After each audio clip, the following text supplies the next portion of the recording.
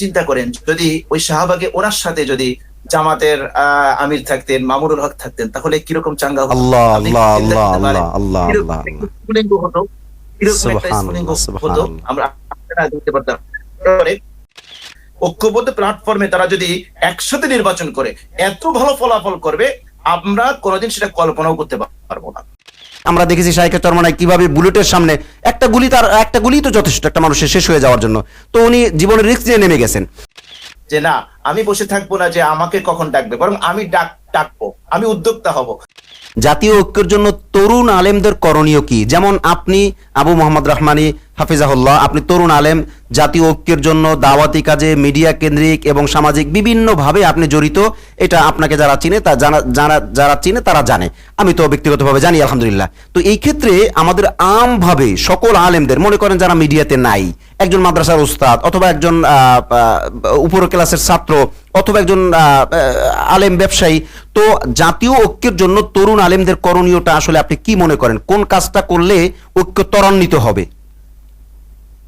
জি, চমৎকার, ধন্যবাদ আপনাকে, অত্যন্ত চমৎকার প্রশ্নের অবতারণা করেছেন। আসলে এখন তরুণদেরই জয় জয়কার অবস্থা। দেশের যে পট পরিবর্তন হলো, আমরা সেখানে দেখেছি যে তরুণ ছাত্ররাই দেশের পরিবর্তন এনেছে। তরুণ ছাত্ররাই দেশ করার জন্য তারা দায়িত্ব কাঁধে তুলে নিয়েছে, এবং যেই তরুণ ছাত্র, আপনি স্কুল, কলেজ, ইউনিভার্সিটি, মাদ্রাসা বলেন, সবাই কাঁধে কাঁধ মিলিয়ে তারা সম্মুখ সারিতে থেকে তারা কিন্তু নেতৃত্ব দিয়েছে। সুতরাং আমাদেরও উলামায়ে কেরাম যারা আছে তাদেরও বুঝতে হবে, তরুণদের পালস বুঝতে হবে। এখন তরুণদের জয় জয়কর অবস্থা। এখন তরুণ আলেম আলহামদুলিল্লাহ অনেক আলেম তৈরি হয়েছে যারা সব জায়গায় তাদের বিচরণ আছে। সোশ্যাল মিডিয়া কিন্তু এখন অনেক বড় একটা প্ল্যাটফর্ম আলহামদুলিল্লাহ।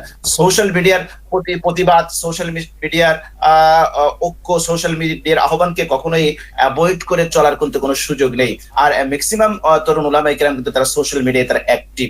সুতরাং এখানে জনমত তৈরির ক্ষেত্রে তারা কিন্তু বিশাল একটা ভূমিকা তারা রাখতে পারে বলে আমি মনে করি। দ্বিতীয়ত আরেকটা হচ্ছে যে এখন তরুণ আলেমরা স্বাধীনভাবে অনেকে চিন্তা করতে শিখছে বা চিন্তা করতে তারা কিন্তু বাধ্য হচ্ছে। আপনি দেখে থাকবেন যে অনেক তরুণ আলেম তাদের কর্মকাণ্ড শুধুমাত্র যে মসজিদ, মাদ্রাসা এই জায়গাটাই সীমাবদ্ধ আছে তা কিন্তু নয়। তারা এমন এমন জায়গাগুলোতে তারা বিচরণ করছে, এমন এমন ক্ষেত্র তারা তৈরি করছে, সেই ক্ষেত্র, সেই জায়গাগুলোকে তারা ইসলামাইজেশন করার জন্য যে ভূমিকাগুলো রাখছে, নিঃসন্দেহে সেটা প্রশংসার দাবিদার। কি বিজনেস বলেন, কি বিভিন্ন ধরনের ফ্যাক্টরি বলেন, উদ্যোক্তা বলেন, তরুণ আলেমরা কিন্তু এই জায়গায় পিছিয়ে নেই। সুতরাং তরুণ আলেমদের আমরা মনে করি যে তরুণ আলেম যারা আছেন তারা যদি এই রাজনৈতিক ঐক্যের ক্ষেত্রে তারা যদি বিভিন্নভাবে, এটা বিভিন্ন ক্যাটাগরিতে হতে পারে, বিভিন্ন সেমিনার হতে পারে, সিম্পোজিয়াম হতে পারে, তারা উদ্যোগ নিতে পারে, তারা বিভিন্ন ধরনের হালাকা তৈরি করতে পারে, এবং সোশ্যাল মিডিয়ায় এর ব্যাপারে প্রত্যেকে যারা বক্তৃতা দিবে তারা বক্তৃতা দিতে পারে, লেখনির মাধ্যমে দিতে পারে, দাওয়াতের মাধ্যমে করতে পারে। অর্থাৎ আমি মনে করি যে সর্ব জায়গা থেকে যদি তারা ঐক্যের যে একটা দাবি প্রচেষ্টা করা হয়, যদি প্রচেষ্টা যায় সব জায়গা থেকে, সোশ্যাল মিডিয়া বলেন, মাদ্রাসার দর্শ বলেন, মসজিদের মেম্বার বলেন, প্রত্যেকটা জায়গা থেকে যদি আমরা ঐক্যের দাবিটা তুলতে পারি, জি মোহতারাম, কেরামকে এগিয়ে আসার জন্য আহ্বান জানাবো যে প্রত্যেকের জায়গা থেকে আওয়াজ তুলতে হবে যে আমরা ঐক্য চাই, ঐক্যের কোনো বিকল্প নাই, আমাদেরকে ঐক্যবদ্ধ হতেই হবে। এমনকি এটাও হতে পারে যদি ঐক্যবদ্ধ ইসলামের মূলনীতি প্রিন্সিপাল মেনে যদি ঐক্যবদ্ধ কেউ হতে না চায়, সে যেই হোক না কেন, তাকে আমরা বর্জন করবো। মাশাআল্লাহ মাশাআল্লাহ, জি জি জি, সত্য ভাষায় বলি। এবং দেশের এই বৃহত্তর তরুণ উলামায়ে কেরাম যদি একযোগে আওয়াজ তুলে আগামী নির্বাচন কেন্দ্রিক যদি আমরা ইসলামী ঐক্য না দেখি, তাহলে যারা ঐক্যের পথে অন্তরায় হবে সম্মিলিতভাবে তাদেরকে বর্জন করবো, আমরা সম্মিলিতভাবে তাদেরকে বয়কট করবো। তাহলে আশা করা যায় একটা ভালো ফলাফল এখানে আসবে ইনশাআল্লাহ। মাশাআল্লাহ মাশাআল্লাহ মাশাআল্লাহ, চমৎকার বলেছেন মোহতারাম, জাযাকুমুল্লাহ, আল্লাহ পাক আপনার ইলমে হায়াতে বারাকাত দান করুন। মোহতারাম, 4 নাম্বার আমরা যে প্রশ্নটা করতে চাই সেটা হলো ঐক্য যদি না হয় তাহলে এর দায় কার? মূলত এই 4 নাম্বার প্রশ্নটা আপনি 3 নাম্বারের মধ্যে ইনক্লুড করে দিয়েছেন, যে কারণে আমরা আর এর দায় খুঁজতে যাব না। তবে আপনি কিন্তু আরেকটা কথা, অত্যন্ত গুরুত্বপূর্ণ কথা বলেছেন, যেটা আমার মনের কথা, এবং আমি হয়তো মিডিয়াতেও বারবারই বলেছি মনে পড়ে, যে যারা দায়িত্বশীল ব্যক্তি তাদের আশেপাশে কিছু মানুষ থাকে, তাদের কারণে দায়িত্বশীলরা অনেক সময় অনেক কাজ করতে পারে না, সেটা ঐক্যের ব্যাপারে হোক বা ভালো কোনো কাজ হোক, জাতীয় অনেক কাজই করতে পারে না। এবং সেখানে কিন্তু আমরা দেখেছি ওই যে আশেপাশের মানুষগুলো, তাদের স্বার্থটাই কিন্তু জড়িত থাকে, তাদের ব্যক্তি স্বার্থ, পকেটের স্বার্থ, বিভিন্ন স্বার্থ জড়িত থাকে, বিদায় আমরা এখান থেকে বঞ্চিত হই, ওই হাস্তি থেকে, ওই ব্যক্তি থেকে, ওই বড় ব্যক্তি থেকে আমরা মাহরুম হয়ে যাই। তো তো 4 নম্বর প্রশ্ন আমাদের হয়ে গেছে। 5 নম্বর বা লাস্ট প্রশ্ন আমরা যেটা করতে চাই সেটা হলো জাতীয় ঐক্যের পিছনে সোশ্যাল মিডিয়ার কোনো প্রভাব আছে কিনা। যেমন আপনি বললেন একটু আগে যে সোশ্যাল মিডিয়ার প্রভাব সম্পর্কে, সেখানে কিন্তু আমি আপনার সাথে যোগ করতে চেয়েছিলাম, কিন্তু আপনার আলোচনা এত চমৎকার যে আমি ইন্টারাপ্ট করতেই বা ভালোবাসি না। যে এই যে 2024-এ আমরা যেটা দেখলাম জুলাই শুরু থেকে শুরু করে 5ই আগস্ট পর্যন্ত যেই ছেলেরা অর্থাৎ ছাত্ররা যে আন্দোলন করলো, এইটার পিছনে কিন্তু সোশ্যাল মিডিয়াকে আমরা ভিত হিসেবে ধরতে পারি। তারা কিন্তু সোশ্যাল মিডিয়াতে মানে খুব ভালোভাবে ব্যবহার করেছে, এমনকি দেশের নেট বন্ধ হওয়ার পরে তারা ভিপিএন দিয়ে ভিন্ন উপায়ে, আমাকে অনেকে ব্যক্তিগতভাবে বলেছে পেজের মধ্যে পোস্ট দেন, কিছু করেন। আমি তো ভিপিএন এর মধ্যে ঝামেলার মধ্যে যেতে চাই না, কারণ যায় না 1 লাখ টিভি আমি করি নাই। তো এখন কথা হলো সোশ্যাল মিডিয়ার অবদান কিন্তু অনেক, যেটা আপনি একটু আগে বলে আসছেন। কিন্তু আমি যেটা আপনার কাছে প্রশ্ন করতে চাই যে জাতীয় ঐক্য অর্থাৎ আলেমদের জাতীয় ঐক্য না হওয়ার পিছনে সোশ্যাল মিডিয়ার ব্যাড ইফেক্ট অথবা হওয়ার পিছনে সোশ্যাল মিডিয়ার কোনো অবদান, যেমন আপনি এখন যেটা বললেন সবাই তার জায়গা থেকে যদি রব তোলে এবং সেটা যদি সোশ্যাল মিডিয়াতে আসে ভালো একটা ইফেক্ট হবে। তো সোশ্যাল মিডিয়ার কোনো প্রভাব আছে কিনা জাতীয় ঐক্য না হওয়ার পিছনে, এই ক্ষেত্রে আপনার কি মন্তব্য? গ্লোবালাইজেশনের এই যুগে, জি। অর্থাৎ গোটা পৃথিবীকে একটা ভিলেজ বা একটা গ্রামের বানানোর এই যুগে জি। সোশ্যাল মিডিয়াকে অস্বীকার করার কোনো সুযোগ নেই, সুযোগ বা তার গুরুত্বকে অস্বীকার করে টিকে থাকা সম্ভব না। আপনি জানেন জি। যে বিগত সরকার যখন ইন্টারনেট বন্ধ করে দিয়েছিল, জি। তখন আমাদের বাচ্চাদের কি অবস্থা হয়েছিল, আমাদের কি মনে হয়েছিল, যে মনে হচ্ছিল যে আমরা মঙ্গল গ্রহ বা ভিন্ন এলিয়ান টাইপের কোনো ভিন্ন কিছু। জি, জি, তো জি। এই জায়গায় এখন সোশ্যাল মিডিয়া হচ্ছে এমন একটা হাতিয়ার। এখন আমরা যদি আমাদের কিছু এক্সাম্পল দেই, জি জি জি আমরা সবাই জানি যে কোকা কোলা বর্জনের যে ইস্যুটা সোশ্যাল মিডিয়ায় আমরা যখন দাবি তুলেছি, সেটা কিরকম ইম্প্যাক্ট করেছে, তার কিরকম প্রভাব পড়েছে। জি জি ওয়ালটনের যে বিষয়টা আপনারা আমরা সবাই জানি যে ওয়ালটনের কাজের সওয়ার হয়ে সমকামিতার একটা প্রমোট করার যে বিষয়টা হয়েছিল, সেখানে আমাদের প্রতিবাদের কারণে কিরকম একটা প্রভাব পড়েছে। জি, শরীফার গল্প, সেই জায়গাগুলো সোশ্যাল মিডিয়ার ব্যাপক একটা প্রতিবাদের জায়গায় কারণে কিন্তু সেটা পরিবর্তন হতে বাধ্য হয়েছে। জি। সুতরাং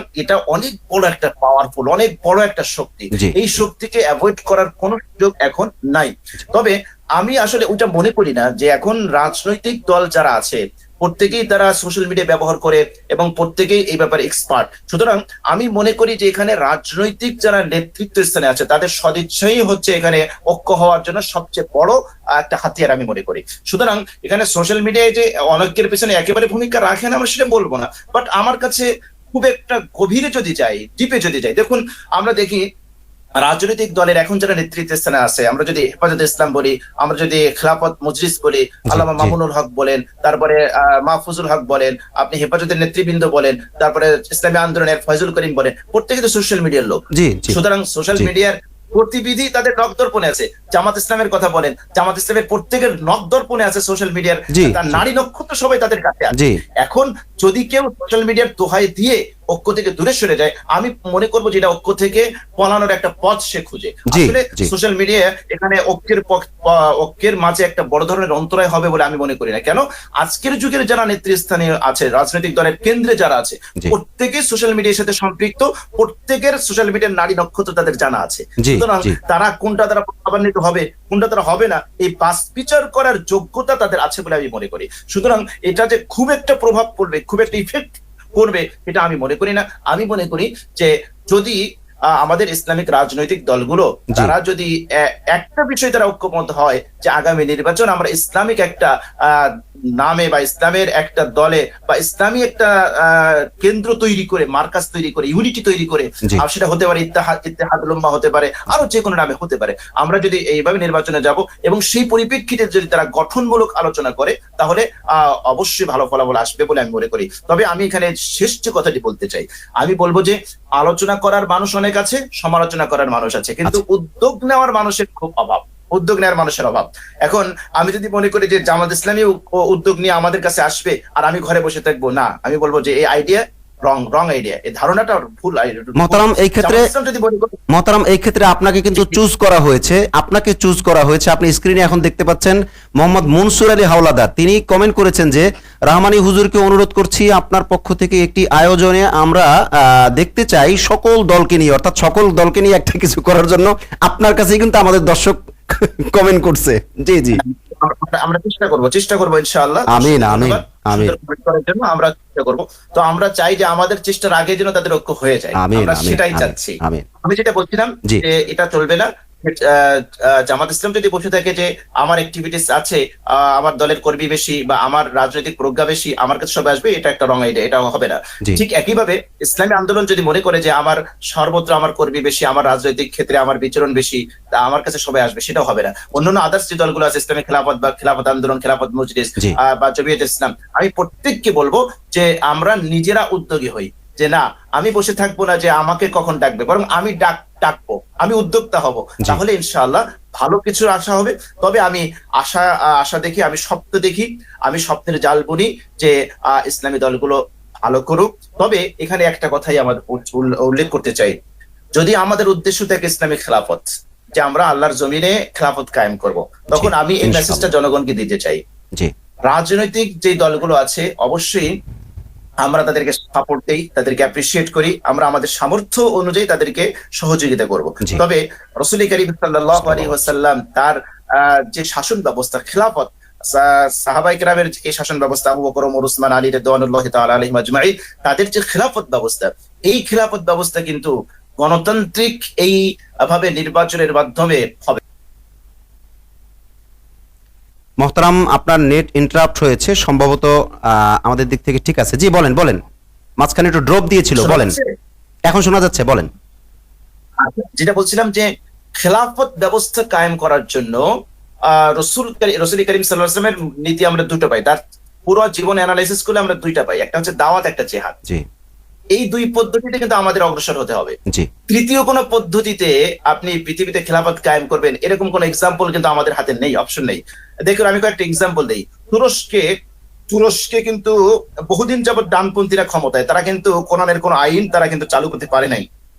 তিউনেশিয়ায় ইসলামপন্থীরা ক্ষমতায় এসেছিল, তারাও কিন্তু কোরআনের কোন শাসন কায়েম করতে পারে নাই।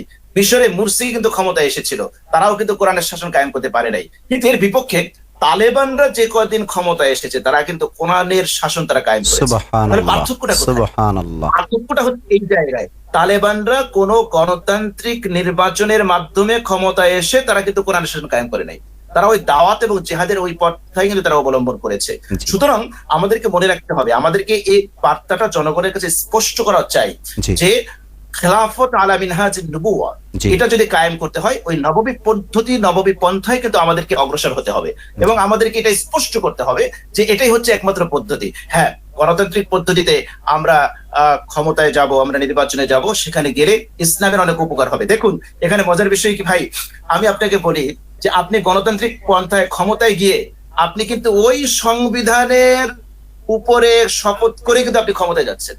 জি আপনি জি যখন প্রেসিডেন্ট হবেন, জি আপনি যখন প্রধানমন্ত্রী হবেন, সংবিধানকে মান্য করবেন, এটা শপথ গ্রহণ করে কিন্তু আপনি মসনদে বসছেন, Of সিংহাসনে course. বসছেন।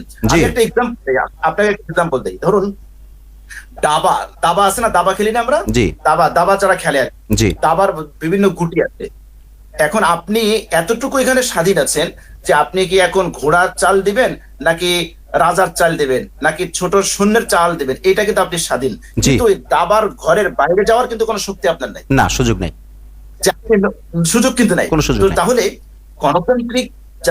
গণতান্ত্রিক যে কনসেপ্ট গুলো আছে, সেক্ষেত্রে আপনাকে এমন ভাবে মানে অষ্টপৃষ্ঠে বেঁধে ফেলবে, এর বাইরে কিন্তু আপনি যেতে পারবেন। আপনি কিছু সংস্কার করতে পারবেন, আপনি কিছু সংস্কার আনতে পারবেন অধিকাংশ মানুষের মতামতের ভিত্তিতে, কিন্তু খেলাফত আলা মিনহাজ নবুওয়া এটা কায়েম করার জন্য ওইভাবে হবে না। এটার দরকার হবে বিপ্লবের, এটা দরকার হবে জিহাদের, এটা ছাড়া কখনোই সম্ভব হবে না। কাজেই রসুলের জীবনে আমরা এটাই দেখি। সুতরাং যারা ইসলামী দল যারা আছে, তাদেরও এই বিষয়গুলো স্পষ্ট করা দরকার। অনেক সময় আমাদের কাছে এই ধরনের প্রশ্ন আসে যে খেলাফত কায়েম করার জন্য, কোরআনের শাসন কায়েম করার জন্য এইভাবে এই পদ্ধতিতে যাওয়া কখনো কায়েম হবে কিনা, এই জি জি বিষয়গুলো জি স্পষ্ট করা দরকার, তাদের ব্যাখ্যাগুলো আসা দরকার। মাশাআল্লাহ মাশাআল্লাহ, চমৎকার বলেছেন, আলহামদুলিল্লাহ, জাযাকুমুল্লাহ। আমরা শেষ প্রশ্নে আপনার কাছে অনেক কিছু পেয়েছি, প্রত্যেক প্রশ্নেই আমরা পেয়েছি, এবং অনেকগুলো প্রশ্ন এমন ছিল যে আপনি অটোমেটিকলি আপনার আলোচনার মধ্যে প্রশ্নগুলো এসে গেছে। তো আপনি যেটা বললেন, আসলে সোশ্যাল মিডিয়া তেমন কোনো প্রভাব রাখে না, আবার বললেন যে কিছুটা তো প্রভাব রাখে। তাইলে কি আমরা ধরে নিতে পারি যে আমাদের কেন্দ্রীয় নেতারা, প্রত্যেক দলের কেন্দ্রীয় নেতারা যদি ঐক্যবদ্ধ হয়ে তারা যদি কার্যক্রম শুরু করে, তাহলে সোশ্যাল মিডিয়ার কোনো প্রভাব পড়বে না, এটা আমরা ধরে নিতে পারি, এবং সোশ্যাল মিডিয়ায় কোনো প্রভাব সৃষ্টি হওয়ারই সুযোগ নেই। কারণ যখন জামায়াতের লোকেরা দেখবে তাদের নেতারা ইসলামী আন্দোলনের নেতাদের সাথেই চলাফেরা করতেছে, আর ইসলামী আন্দোলনের নেতারা দেখবে জামাতের নেতাদের সাথে চলাফেরা করতেছে, অন্যান্য আদার্স দলগুলো যখন দেখবে যে তাদের নেতারা নেতাদের সাথে চলাফেরা করতেছে, তখন তো আর ব্যাড কমেন্ট করা বা কিছু বলা বা ঝগড়াঝাটি করা প্রশ্নই আসে না। আমার আমি আমি যদি এক কথাই বলি, আমাদের ইসলামী রাজনৈতিক দলগুলোর কেন্দ্রে যারা আছে শুধুমাত্র তাদের সদিচ্ছা থাকা চাই। চমৎকার, তারা ঐক্যবদ্ধ হবে, চমৎকার। এতটুকু যদি তারা মানে সংকল্পবদ্ধ হয় যে না আমরা এবার ঐক্যবদ্ধ হব, তাহলে মনে করবেন যে 95% ঐক্যবদ্ধ হয়ে গেছে।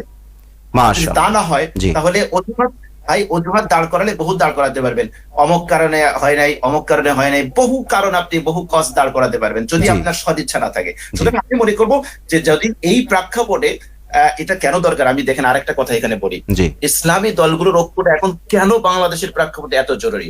আপনি জানেন যে এই মুহূর্তে নির্বাচন হলে যে কোনো মুহূর্তে বিএনপি সে ক্ষমতায় যাবে, যে কোনো ওয়েতে যাবে। আওয়ামী লীগ এই মুহূর্তে মাঠে নাই, আওয়ামী লীগ এই মুহূর্তে মাঠে নাই, যার কারণে সবাই চাচ্ছে যে বিএনপির একটা শক্তিশালী প্রতিদ্বন্দ্বী দল একটা থাকুক। এই মুহূর্তে আওয়ামী লীগ বিএনপিকে ট্যাকেল দেওয়ার মতো সেই জনবল বা সেই মনোবল তাদের কোনোটাই নাই। কিন্তু বিএনপির এগেইনস্টে একমাত্র শক্তিশালী দল হতে পারে ইসলামী দলগুলোর ঐক্যবদ্ধ প্ল্যাটফর্ম। এটা ছাড়া আর কোনো বিকল্প এই মুহূর্তে বাংলাদেশে নাই, এদেশে বাংলাদেশে নাই। এজন্য আমি মনে করি যে এই মুহূর্তে বাংলাদেশে ইসলামী দলগুলোর ঐক্যবদ্ধ হওয়া অত্যন্ত জরুরি, অত্যন্ত জরুরি। শুধু জরুরি না, তারা এত ভালো ফলাফল করবে যেটা আমরা কল্পনাও করতে পারবো না। আমরা কল্পনাও করতে পারবো না যে আগামী নির্বাচনে যদি ইসলামী দলগুলো ঐক্যবদ্ধ হয়ে ঐক্যবদ্ধ প্ল্যাটফর্মে তারা যদি একসাথে নির্বাচন করে এত ভালো ফলাফল করবে, আমরা কোনোদিন সেটা কল্পনাও করতে পারবো না। এজন্য বহু বাতিলপন্থী তারা তো চাইবে, বহু সেকুলাররা তারা কিন্তু চাইবে যে কোনো ভাবে যে কোনো ওয়েতে ইসলামী দলগুলো যেন ঐক্যবদ্ধ না হতে পারে। এই জন্য আমাদের সজাগ থাকতে হবে, আমাদের সজাগ থাকতে হবে যে আমরা যেন ওই সেকুলার, ওই অমকপন্থী, বাতিলপন্থী, ওই দিল্লি, ওই ওয়াশিংটন, অমুক জায়গা তমক জায়গায় এদের এজেন্ডা যেন আমরা বাস্তবায়িত না করি, এদের পাতা ফাঁদে যেন আমরা পা না দেই। আমি একটা সম্ভাবনা দেখতে পাচ্ছি ভাই, মানে অনেক অনেক সম্ভাবনা দেখতে পাচ্ছি আগামী নির্বাচনকে কেন্দ্র করে। ইসলামিক দলগুলোর অনেক সম্ভাবনা আছে, আমাদের অনেক স্বপ্ন আছে। আমি যখন মাহফিলে যাই তখন আমাদেরকে কত মানুষ কত হৃদয়ের আকুত নিয়ে বলে, হুজুর আপনারা ঐক্যবদ্ধ ভাবে সব দলগুলো মিলে একটা দল হলে কত না ভালো হতো। এই যে সাধারণ মানুষের যে হৃদয়ের একটা আকাঙ্ক্ষা, এই কথাগুলোর মধ্যে কিন্তু কোনো ফরমালিন নেই।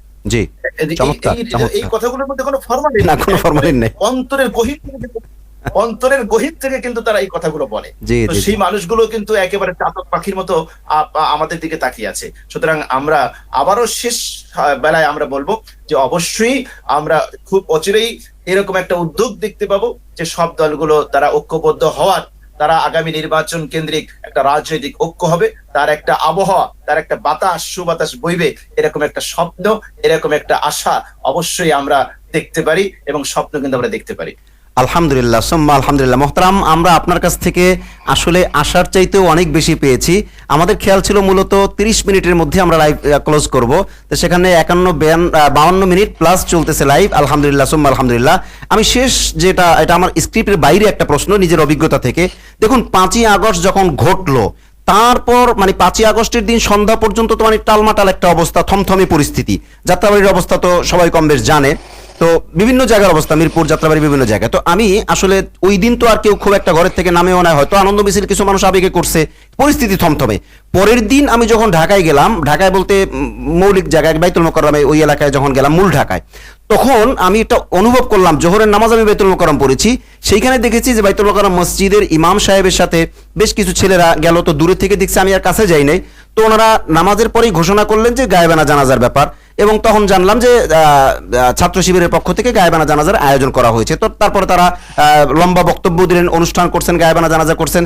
তো আমি এই একটা দলের মানে ইসলামী অর্থাৎ জামায়াত ইসলামীর মানে দলগত কার্যক্রমের কথা আমি যেটা বলতে চাচ্ছি সেটা হলো 5ই আগস্ট সংগঠন হওয়ার মানে সংগঠিত হওয়ার পর থেকে কিন্তু তারা মানে মাজায় গামছা বেঁধে নেমে গেছে।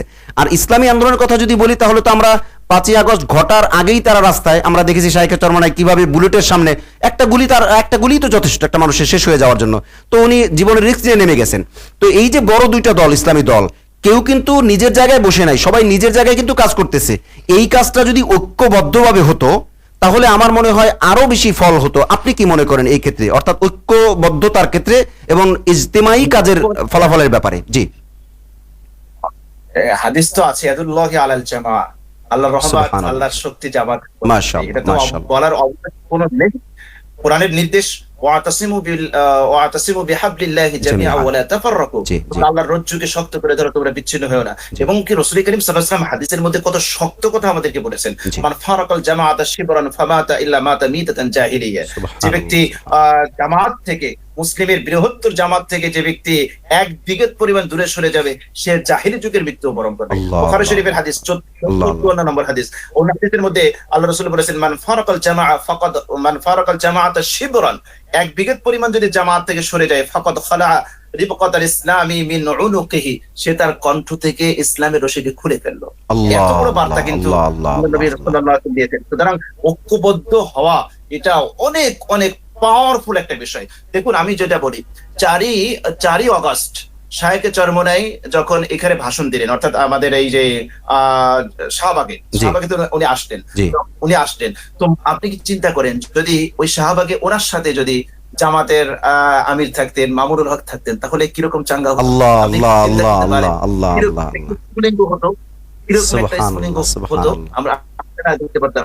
তারপরে শায়েখে চরমোনাইকে অসংখ্য ধন্যবাদ দিতে হয় যে তিনি যে ভূমিকা নিয়েছেন এই আগস্টের আন্দোলনে বা 2024-এর স্বাধীনতা আন্দোলনে। জি, জি, এবং 5ই আগস্ট আমরা দেখেছি ওনার বিশাল বড় দল আল্লাহ, এসে আল্লাহ, আল্লাহ। সর্বপ্রথম উপেক্ষা করে তিনি কিন্তু মাঠে নেমেছেন। তো জি। আমি মনে করি যে যদি এমন হতো, দেখেন হুনাইনের যুদ্ধের কথা মনে পড়ে। হুনাইনের যুদ্ধে, মক্কা বিজয়ের পরে রাসূল করিম সাল্লাল্লাহু আলাইহি ওয়াসাল্লাম যখন হুনাইনের যুদ্ধে গেলেন, তো এক পাশে আব্বাস রাদিয়াল্লাহু তাআলা আনহুমা, আর এক পাশে আবু সুফিয়ান, আল্লাহ, মাঝখানে নবী করিম সাল্লাল্লাহু আলাইহি ওয়াসাল্লাম। সাল্লাল্লাহু আলাইহি মানে দৃশ্যটা কেমন আসলে সুবহানাল্লাহ। চিন্তা করা যায়, এই দৃশ্যটা কেমন। সুবহানাল্লাহ। ঠিক আমি মনে করি যে আমাদের আল্লামা মামুনুল হক, তারপরে সৈয়দ ফয়জুল করিম হাফিজাহুল্লাহ, জামাতের আমির, জি। তারপরে আপনার জমিয়তের যিনি প্রধান আছেন, তারা যদি একসাথে নামে, একসাথে দাঁড়ায়, জি। মানে তাদের এক জায়গায় দাঁড়ানোই হচ্ছে মানে একটা ভূমিকম্প হয়ে যাবে। বিরাট ব্যাপার, বিরাট ব্যাপার। আমার তো এটা বিরাট একটা ব্যাপার, বিরাট একটা পাওয়ারফুল একটা ব্যাপার। আমি তো একটা আয়াতই বললাম যে আল্লাহ পাক সুবহানাহু ওয়া তাআলা কোরআনের মধ্যে বলেছেন, ওয়ালা তানাযাউ ফাতাফশালু, তোমরা মতবিরোধ করো না, তাহলে তোমরা দুর্বল হয়ে যাবে। ওয়াতাযহাবা রিহুকুম, তোমাদের শক্তি খর্ব হয়ে যাবে। সুবহানাল্লাহ। এখন আল্লাহর কথা তো ভাই চিরন্তন কথা। এখন এরা যদি ঐক্যবদ্ধভাবে কোনো কাজ করে, তাহলে তার যে একটা ইম্প্যাক্ট, তার যে একটা প্রতিক্রিয়া, এটা ভাষায় ব্যক্ত করার মতো না, এটা ভাষায় ব্যক্ত করার মতো না। সুবহানাল্লাহ। আপনি হেফাজতে ইসলামের 2013 সালের ইসলামী দলগুলোর যে আন্দোলন আপনারা দেখেছেন, স্মরণকালের ইতিহাসে এমন কোন আন্দোলন হয়েছে বলে আমার জানা নাই। যে 2013 সালের 5ই মে শাপলা চত্বরে যে জনসমাগম হয়েছে, এটা হয়েছিল কেন? সমস্ত ইসলামী দলগুলো ঐক্যবদ্ধভাবে, জি, জি। আমাকে আওয়াজ তুলতে হবে। জি। তাহলে 2013 সালের 5ই মের একটা এক্সাম্পল আমরা দিতে পারি যে ঐক্যবদ্ধভাবে যদি ইসলামী দলগুলো একসাথে আসে, তার যে গণজোয়ার সৃষ্টি হবে, সেই গণজোয়ারে সেকুলার এগুলো ভেসে যাবে ইনশাআল্লাহ। আমি বিশ্বাস জি, জি। করি, দৃঢ়ভাবে বিশ্বাস করি যে মানুষের ভিতরে এখন দেখেন ইসলামের একটা চেতনা কথায় কথায় এসে যায়। ইউনিভার্সিটি গুলো যেখানে দেখেন ব্যান্ড হতো, যদিও কাওয়ালিতে বাজনা আমরা সমর্থন করি না, কিন্তু দেখবেন বিভিন্ন ইউনিভার্সিটি এখন কাওয়ালি সন্ধ্যা হচ্ছে, জি, জি। রাসূলের শান মান নাচ চলছে, মানে ইসলামাইজেশনের একটা স্রোত শুরু হয়েছে। এখন শুধুমাত্র আমাদের কাজ হলো এই ফসলগুলো ঘরে তোলা। আমরা বহুবার রক্ত দিয়েছি, বহুবার আমরা রাজপথে রঞ্জিত করেছি, কিন্তু ফসল আমরা ঘরে তুলতে পারি না, বাস্তব। ফলাফল আমরা কাঁধে তুলে দিতে পারি নাই। বাস্তব। কিন্তু আগামীর নির্বাচনে ইসলামাইজেশনের, ইসলামের যে একটা বিপ্লব, ইসলামের যে একটা চেতনা আমরা জনগণের মধ্যে দেখতে পাচ্ছি, যদি ইসলামী দলগুলো যদি সেই কাজগুলো না করে, তাহলে এবারও আমরা ফসল ঘরে আনতে পারবো না। আর যদি তারা ঐক্যবদ্ধ হয়, এর সুদূর প্রসারী প্রভাব পড়বে, রাজনৈতিক অঙ্গনে এমন প্রভাব পড়বে যে আমি তো মনে করি যে ওই রাম বাম আর তখন কথা বলার সুযোগ পাবে না ইনশাআল্লাহ। হযরত, আপনার সাথে একটু যোগ করি আমি। আপনি যেটা বললেন যে 4 আগস্ট আপনার এই যে শাহবাগে শাইখে চরমোনাই গেলেন, তিনি বক্তব্য দিলেন, তো বললেন যে এখানে যদি জামায়াতের আমির সাথে থাকতেন, ইবনে শাইখুল হাদিস যদি সাথে থাকতেন, আরো যারা আছেন দায়িত্বশীল পর্যায়ে তারা যদি সাথে থাকতেন, তো এই প্রত্যেকটা দলের নেতাকর্মীরা তো অবশ্যই খুশি হইতেন, কিন্তু আমজনতা আমার মনে হয় যে তাদের চাইতে আরো বেশি খুশি হইতেন। তখন একটা গণবিপ্লব এদের মাধ্যমে হয়ে যেত। এবং সাথে আমি আর একটু যোগ করতে চাই, আজকে যারা আলেমদেরকে ইগনোর করতেছে, আমি বলবো ইগনোর, কারণ আপনি এতগুলো উপদেষ্টার মধ্য থেকে মাত্র একজন নিয়েছেন আলেম, তাও তো ধর্ম মন্ত্রণালয়ের কারণে। ধর্ম উপদেষ্টা, অন্যথায় তো আপনি সেটাও হয়তো নিতেন না, বা এটাও হয়তো এক ধরনের মানে বাধ্যবাধকতার মতোই।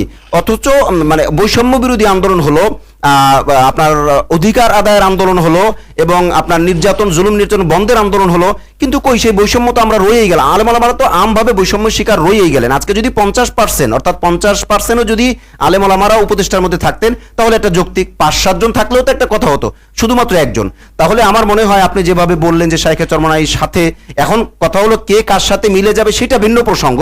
বাকি ওনাদেরকে যদি আমরা এক স্টেজে একসাথে দেখতে পাইতাম, তাহলে আমরা আলেম ওলামারা যেভাবে খুশি হইতাম, তার চাইতে আমজনতা আরো বেশি খুশি হইতো। এবং এই যারা এখন উপদেষ্টা বা যারা দেশ পরিচালনা করছেন, তাদের মধ্যেও একটা এফেক্ট করতো, মানে তাদের মধ্যে একটা ভিতরে কাজ করতো যে এদেরকে তো বাদ দিয়ে আমরা চলতে পারবো না, এদের একটা হিউজ পরিমাণ সংখ্যা বা একটা হিউজ একটা সংখ্যা আমাদেরকে নিতে হবে, এটা বাধ্য হয়ে তারা নিত। আজকে কিন্তু তারা নিচ্ছে না, আমরা দলে দলে বিভক্ত হওয়ার কারণে। আবার তারা এই প্রশ্ন তুলবে হয়তো বা যদি আমরা চাপ দিই কোন দল থেকে কয়জন নিব, এরকম একটা ব্যাপার হবে। তো সেই ক্ষেত্রে আমার মনে হয় আশু ঐক্যবদ্ধ হওয়া এটা খুব বেশি জরুরি। শেষ একটা প্রশ্ন আপনাকে করব, এইটা হলো মানে গতানুগতিক অবস্থার ক্ষেত্রে সৃষ্টি হয়েছে যে আল্লাহ না করুক যদি ঐক্য না হয়, আপনি যেটা বললেন যদি ঐক্য হয় তাহলে তো গণবিপ্লব ইসলামাইজেশন হয়ে যাবে, ইসলামাইজেশনের মধ্যে একটা গণবিপ্লব হয়ে যাবে। বাকি আল্লাহ মাফ করুক যদি আমাদের এই হালাত চলতে থাকে আর ঐক্য না হয়, আর এভাবেই যদি নির্বাচন হয়ে যায়, তাহলে এজন্য আলেম ওলামাদেরকে এবং সব ইসলামী সকল দলকে আমজনতা দোষারোপ করবে কিনা, আপনি কি মনে করেন? খুবই চমৎকার নিয়েছেন। আমাদের নেগেটিভ পজিটিভ দুটোই চিন্তা করা দরকার। যে আমরা যদিও এই মুহূর্তে আমরা নেগেটিভ চিন্তা করতে রাজি না, আমরা পজিটিভ চিন্তা করতে চাই, আমরা স্বপ্ন দেখতে চাই, আমরা স্বপ্ন নিয়ে বাঁচতে চাই, আমরা স্বপ্ন নিয়েই সামনে এগিয়ে যেতে চাই। তারপরেও যেহেতু প্রসঙ্গটা তুলেছেন, এক নম্বরে যেটা হবে যে ওলামা ইকরামের সবচেয়ে বড় যেটা ক্ষতি হবে যে আমরা ইমেজ সংকটে পড়বো। সুবহানাল্লাহ। আমরা একটা ইমেজ সংকটে আমরা পড়বো। আমাদের যে একটা ব্যক্তিত্ব, একটা পার্সোনালিটি, যেটাকে আমরা ইমেজ বলি, এইটা আমাদের থাকবে না। আপনি আর বড় মুখে যে কথা বলেন, এই বড় মুখে আর কথা বলতে পারবেন না। তখন আমাদেরকে মানুষ অহংকারী, দাম্ভিক, আমাদেরকে বিভিন্ন ধরনের ট্যাগ এবং ব্লেমিং এবং ট্যাগিং আমাদেরকে করা হবে। কিন্তু পূর্বে আমাদেরকে যেটা করা হতো, ঠিক একই অবস্থায় কিন্তু আবার চলে যাবে। এখন আপনি যেরকম 5ই আগস্টের পরে আলহামদুলিল্লাহ ইসলাম নিয়ে সুন্দর কথা বলতে পারেন, আপনি স্বাধীনভাবে কথা বলতে পারেন, কিন্তু এমন একটা সিচুয়েশন তৈরি হবে, জনগণ কিন্তু দেখেন বড় একটা শক্তি, জনগণ কিন্তু বড় একটা পাওয়ার, এটাকে ইগনোর করে কিন্তু আপনি চলতে পারবেন না। জনগণের পালস কিন্তু আমাদের বুঝতে হবে। কোনো কারণে যদি আগামী নির্বাচনে আমরা ঐক্যবদ্ধ হতে না পারি, তাহলে এক নম্বর বললাম যে আমরা ইমেজ সংকটে ভুগবো, ওলামা ইকরামের যে ইমেজ আছে সেই ইমেজটা ক্ষুণ্ণ হবে। 2 নম্বর হচ্ছে রাজনৈতিক ভাবে আমরা দেউলিয়া হয়ে যাব, রাজনৈতিক ভাবে আমরা দেউলিয়া হয়ে যাব, রাজনৈতিক ভাবে আমাদের পায়ের নিচের মাটি থাকবে না। আগামী 100 বছরের ভিতরে আমরা আর ঘুরে দাঁড়াতে পারবো কিনা এ ব্যাপারে আমরা খুব সন্দিহান। এবং সবচেয়ে বড় যে ক্ষতিটা হবে, এই যে ইসলামাইজেশন যেটা হচ্ছিল বা যে জোয়ারটা বয়ে যাচ্ছিল, এখানে বড় একটা প্রাচীর তৈরি হয়ে যাবে। এবং আজকে দেখবেন, এখানে মজার বিষয় একটা কথা বলি যে দেখেন আজকে শাহরিয়ার কবির তিনি গ্রেপ্তার হয়েছে, তিনি কিন্তু বলতে বাধ্য হয়েছেন যে আমি ইসলামের বিরুদ্ধে কিন্তু কোনো একটা শব্দ লিখিনি, একটা কথাও বলে নাই। তার কথাবার্তা, তার সবকিছুই 90% ইসলাম বিদ্বেষী বা ইসলামের বিরোধী। কিন্তু আজকের পরিস্থিতির কারণে সে কিন্তু বলতে বাধ্য হচ্ছে আমি ইসলামের বিরুদ্ধে কোনো কথা বলে নেই, একটা করে কিছু লিখে নেই, যেটা আমরা পত্রপত্রিকায় দেখছি। তো আল্লাহ না করুক যদি ইসলামের ঐক্যটা কোনোভাবে ফেল করে বা আগামী নির্বাচনে যদি আমরা ভালো করতে না পারি, তাহলে এই যে মানুষগুলো আছে সেই মানুষগুলো কিন্তু আবার তারা মাথা চাড়া দিয়ে উঠবে, আবার আমরা চলে যাব ব্যাকফুটে, ওরা চলে আসবে ফ্রন্টে। এখন আপনি যেরকম ফ্রন্ট লাইনে আছেন, ওই জায়গায় কিন্তু থাকবে না।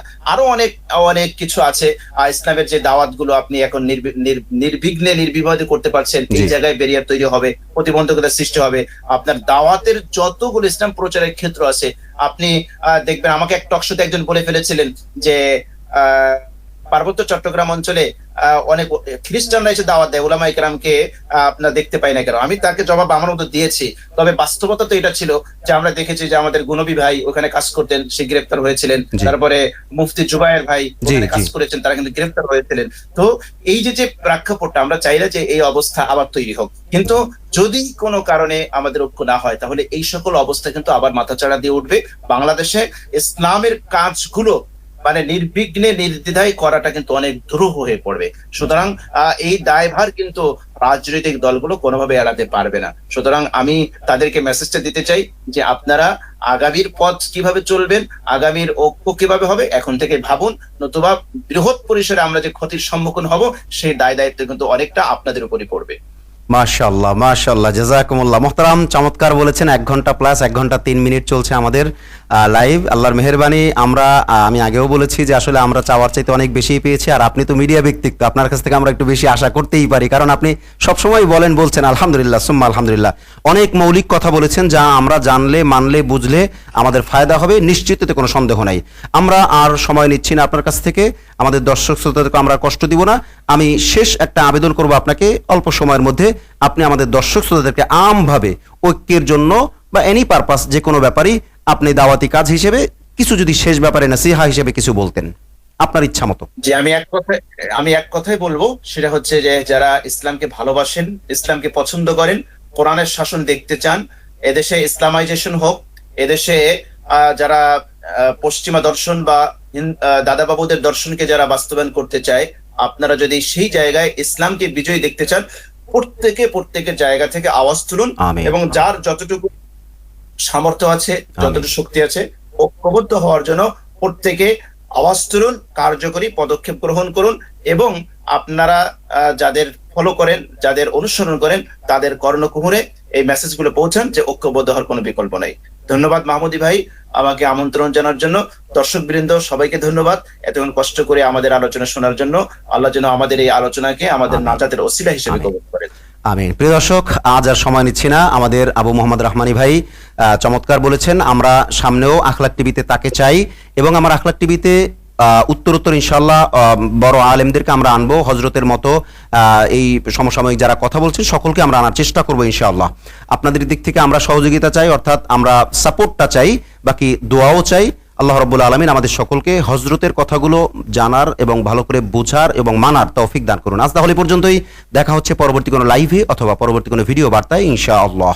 আসসালামু আলাইকুম ওয়া রাহমাতুল্লাহি ওয়া বারাকাতুহু।